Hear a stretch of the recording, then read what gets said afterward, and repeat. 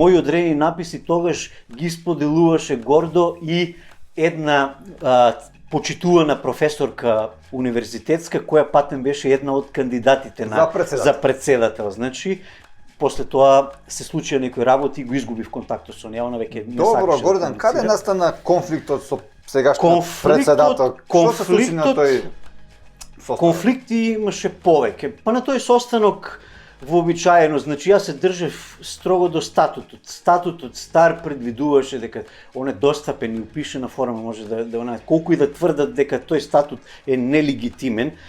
Како може статут да е нелегитимен? Во тоа време и те како беше легитимен. Сега они си имаат нормално нов статут кој е изменет скроз.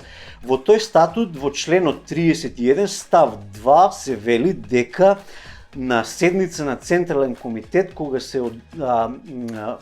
се одржува, а на која се говори или се разгледуваат важни прашања, значи може по исклучок да присуствуваат и надворешни членови кои не се членови на Централниот комитет.